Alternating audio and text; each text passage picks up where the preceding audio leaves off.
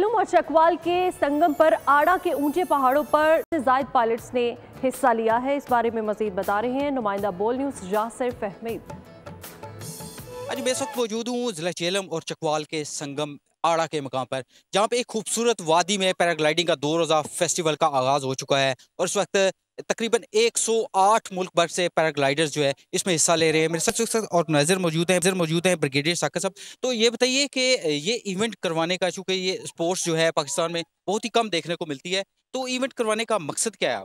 हमारा इस इवेंट को बुनियादी तौर पे करवाने का मकसद है कि स्पोर्ट को ज़्यादा से ज़्यादा पूरे मुल्क भर में इंट्रोड्यूस कराया जाए और ज़्यादा से ज़्यादा लोगों को इसमें जो है वो शौक लें, क्योंकि पाकिस्तान की अभी तक हमारी टीम ही नहीं बनी। Pakistan paragliding school and club हमारा एक वाहिद इदारा है जो सिविल एविएशन से अप्रूव्ड है।